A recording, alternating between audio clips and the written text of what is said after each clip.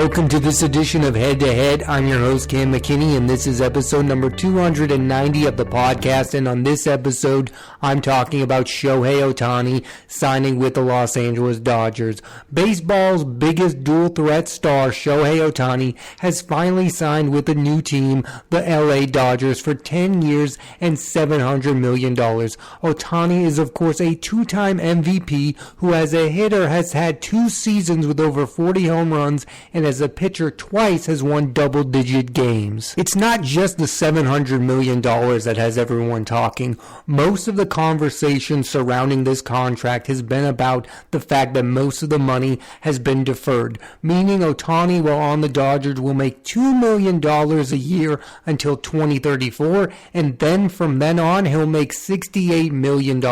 What does this mean? The Dodgers will still have the opportunity to spend on other superstar players, and this was a plan devised by Shohei and his representatives. And many are mad because the Dodgers don't need financial flexibility. And there are many who believe that baseball should not have allowed this contract to go through. There is a history of baseball with deferred money. We all know of Bobby Bonilla Day, where the New York Mets are still paying Bobby Bonilla. The Red Sox are still paying Manny Ramirez. Max Scherzer's contract with the Washington Nationals, a lot of that was deferred. We've just never seen a case where the majority of a contract has been deferred, especially a contract that's $700 million.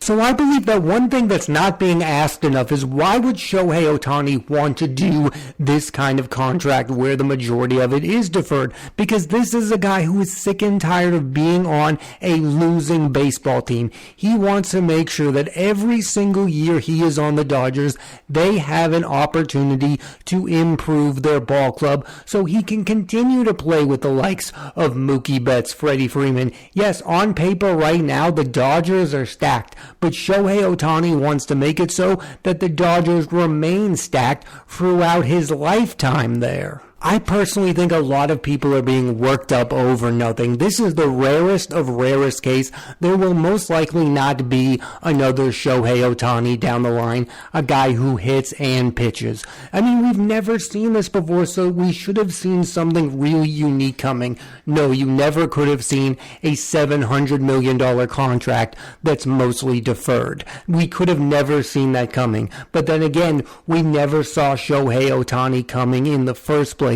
We never thought in our lifetimes we would see a guy who hits and pitches on a regular basis and do both very, very well. It's the rarest of rarest case, and so the contract is fitting in a way. It's the rarest contract of all time given to the rarest player of all time. One thing I have been wondering about is, would the reactions to this contract and the deferred money would have been as strong if he ended up on the Toronto Blue Jays? There were a lot of rumors of Shohei Otani going to the Toronto Blue Jays. If the Blue Jays had gotten Otani on a $700 million deal where the majority of it was deferred, would they be as upset, or are they only upset because it's the LA Dodgers who wound up getting Shohei Otani? The Blue Jays don't have a history of getting star players. I think there would have been fans who would have been happy to see Shohei Otani land with a smaller market team like the Toronto Blue Jays. I think the anger around this is about the fact that the LA Dodgers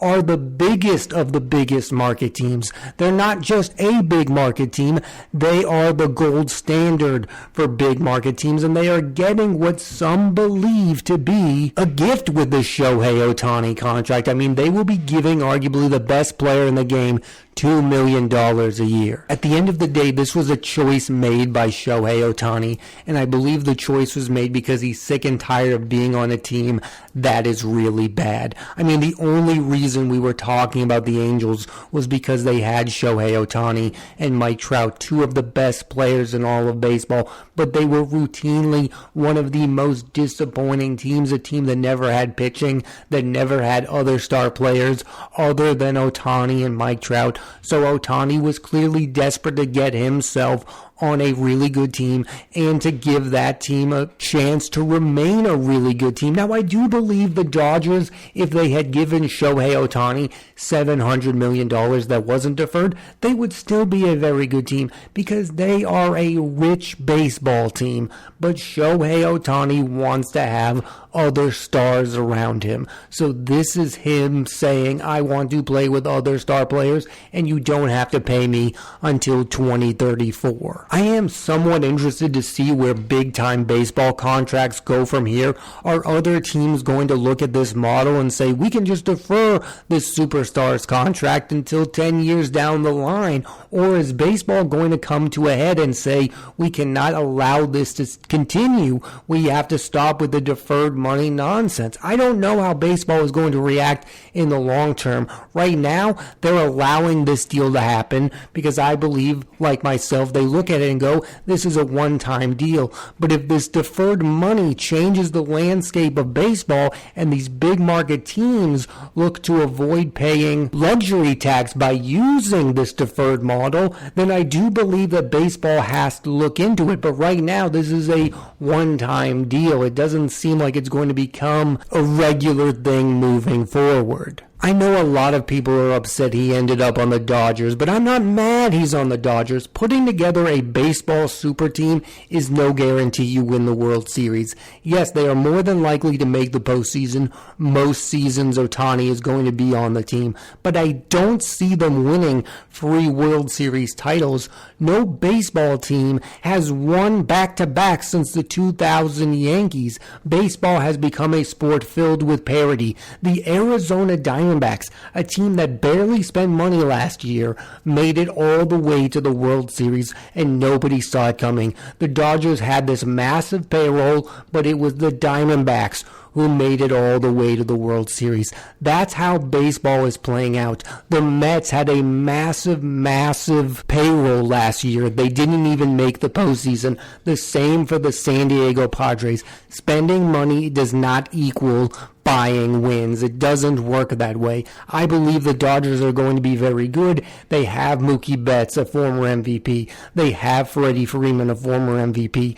They have now Shohei Otani, a 2-time MVP. And they just added Tampa Bay Rays starting pitcher Tyler Glass. Now they're going to have Walker Buehler back. There's no doubt the Dodgers are going to be in the conversation, but the Dodgers are always in the conversation. They've won their division 10 years in a row, but at the end of the day, they've only won 1 World Series title. I don't believe this is a new dynasty forming. I believe Shohei Otani is going to be very good for the LA Dodgers. I think he's going to put up really good offensive numbers. It's the pitching that's a real question mark. He's going to miss 1 full season of pitching. He's only going to be able to hit next season. I also think it's good for the sport to have a team that people are going to want to root against. And now I believe people are going to be rooting hard against the LA Dodgers. People who aren't Dodger fans, of course. I think they're going to be rooting against this. I don't think they want to see this work out.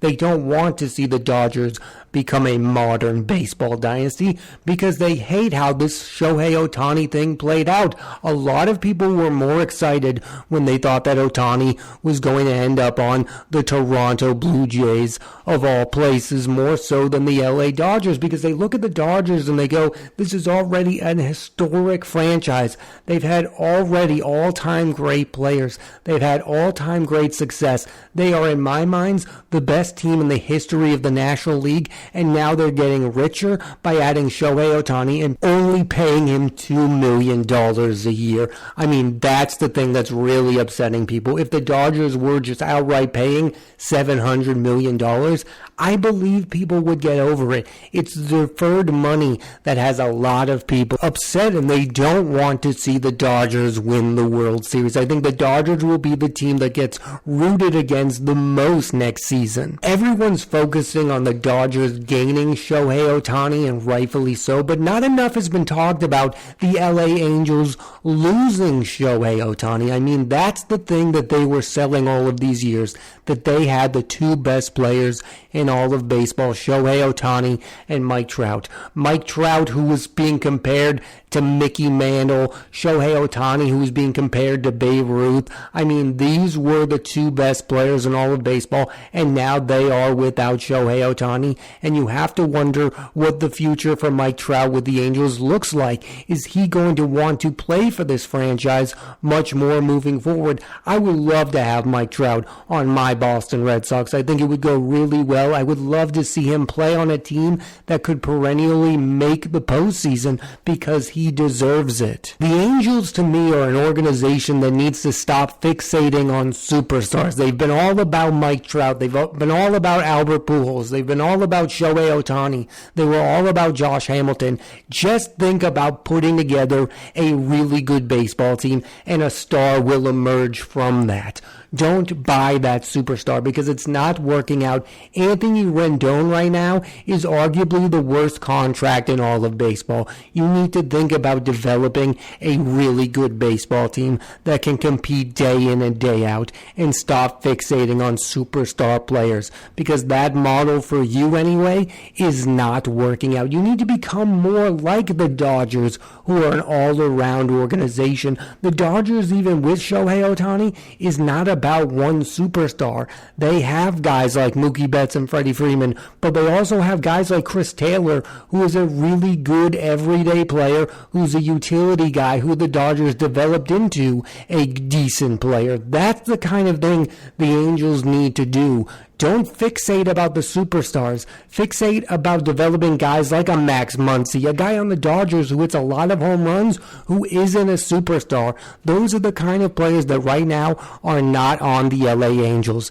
and they weren't there, and that's why Shohei Otani is gone, and he's going to the Dodgers, because he wants to be on an organization that's not all about the superstar players. It's about the great team that's been assembled there. With Otani signing with the Dodgers, I do believe that there's real pressure on him to win there because the Dodgers have those World Series aspirations. With the Angels, I don't believe that there was any real pressure because we all deep down knew that the Angels were never going to get there. They had Mike Trout, they had Shohei Otani, so it was just about enjoying them as players. Now we want to see how Shohei Otani will perform in the postseason, and if he can elevate his game during that, he'll become an even greater player. But what happens if Shohei Otani struggles in the postseason? Then we'll start to have doubts about him. There is pressure here. He is joining a team that is on the cusp of winning, and he needs to be that X factor, that missing piece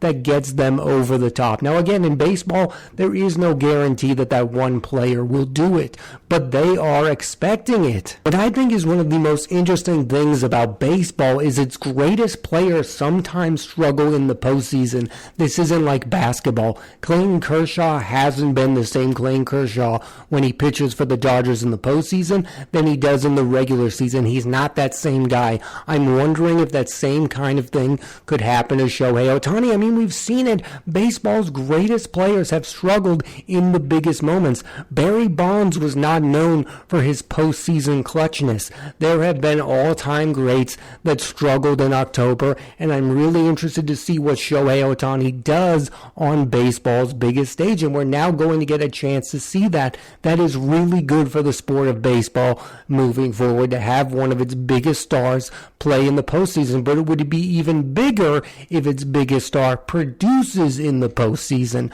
because then he becomes a bigger name. If he becomes that missing piece that gets that Dodgers their second World Series title since 2020, then he could become the biggest face in the sport and remain the biggest face in the sport for his entire tenure with the Dodgers. But if he makes the postseason and struggles, then I think we'll have a different conversation about Shohei Otani moving forward. I think he has a lot to gain joining the Dodgers. He wants to be on a winning team, but he also has some to lose because he's going to have to pitch and hit in the postseason like we've never seen before. There's been been a real debate going on about whether or not Shohei Otani joining the Dodgers is good or bad for baseball, and that's hard to say. It's good because its biggest star is joining its golden franchise, but I also think it's bad in the fact that the Dodgers are already there. They do not need Shohei Otani. I do believe the Blue Jays would have been a more interesting story because that's a team that has some young stars in Bo Bichette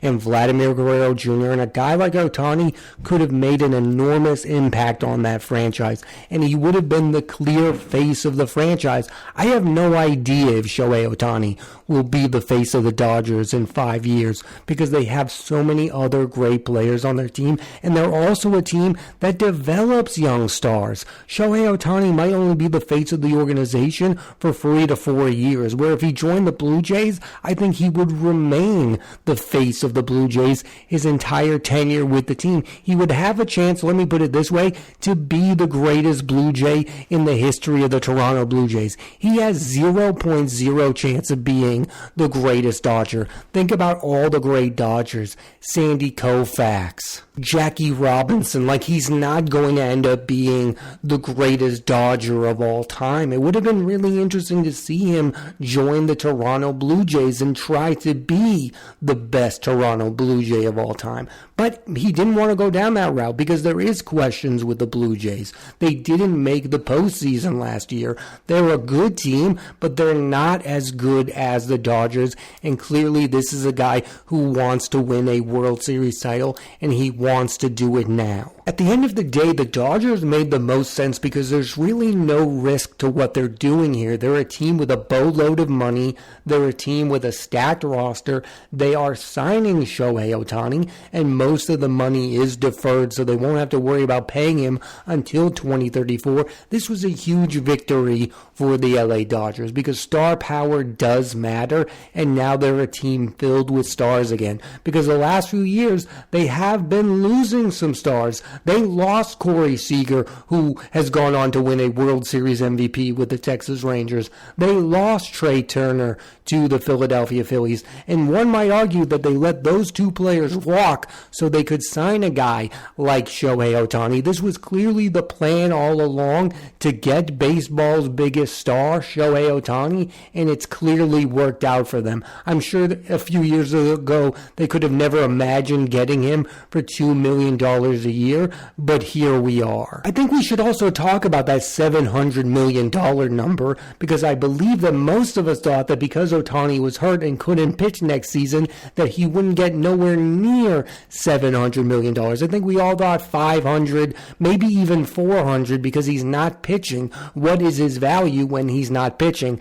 Clearly his value in the eyes of the Dodgers is still enormous. I get the popularity standpoint, but this guy is going to have to pitch for this contract to make any sense for the Dodgers. So in year 2, he needs to be one of their best starting pitchers. What this deal says to me is that no team dominates their division like the LA Dodgers. I mean, the last few years, the Padres have tried to spend like them and compete with them, and even getting the likes of Manny Machado and Juan Soto, they haven't been able to win the division. Now the Padres are stopped spending. They've traded away Juan Soto. They're going to lose Josh Hader. And what do the Dodgers do? They just quietly go along their business, get Mookie Betts, get Freddie Freeman, and now have Shohei Otani. They are going to dominate that division for the next 10 years. I mean, this is like the 90s Braves that just perennially win the division. You don't need to talk about them anymore. I thought last year the Dodgers were going to take a huge step back.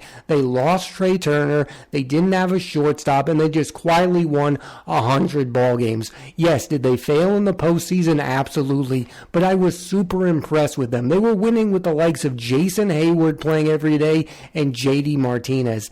Now they add Shohei Otani to the mix, and they're going to win 100 more games next season. The real question is, what do they do in the postseason? Will Shohei Otani be that missing piece to a World Series winning team? Because last postseason, Mookie Betts struggled mightily, and so did Freddie Freeman. They need that third bat to produce, and now they have it in Shohei Otani. But down the line, they are going to need him to be a starting pitcher. Now, this year, they could fill that hole, get Tyler Glass now. I'm sure they'll add another starting pitcher. But for this contract to make sense moving forward, Shohei Otani needs to be an elite hitter, and he also needs to be an elite pitcher. We all know how these 10-year deals usually work out. The early years are dominant and the latter years look very bad. I'm curious to see what this contract looks like in 5 years. I don't know if a guy can hold up hitting and pitching for an entire decade. We're about to find out with Shohei Otani. Clearly, the Dodgers thinks he's worth it. I think all of baseball thought he was worth it. So here we are. I think it's going to be one of the biggest storylines next season is how does Shohei Otani do now that he's on the Dodgers, a team with World Series aspirations. I'll end on this. I hope before the season starts, Mike Trout leaves the Angels and goes to a World Series contending team himself. Baseball needs it. Baseball needs Mike Trout in the postseason and Shohei Otani in the postseason. Thanks for listening to this edition of Head to Head. I'm Cam McKinney, and there'll be a new episode of the podcast every Monday on Apple Podcasts and Spotify. So please rate, review, and subscribe.